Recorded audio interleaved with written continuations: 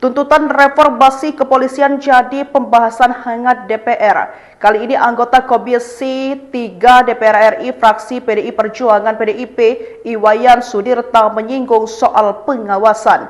Dalam keterangannya Minggu 8 Februari 2026, ia menjelaskan akselerasi transformasi Polri sepenuhnya bergantung pada efektivitas fungsi pengawasan di lapangan.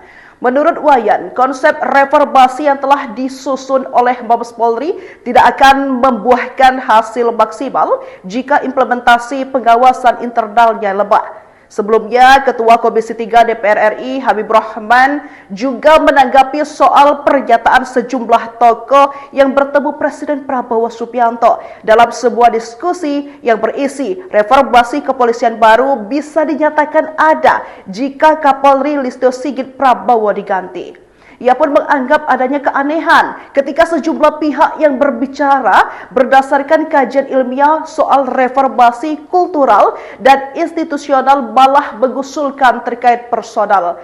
Terlebih, Kapolri Jenderal Listio Sigit Prabowo justru sosok yang selama ini terdepan dalam mempercepat reformasi Polri menurutnya.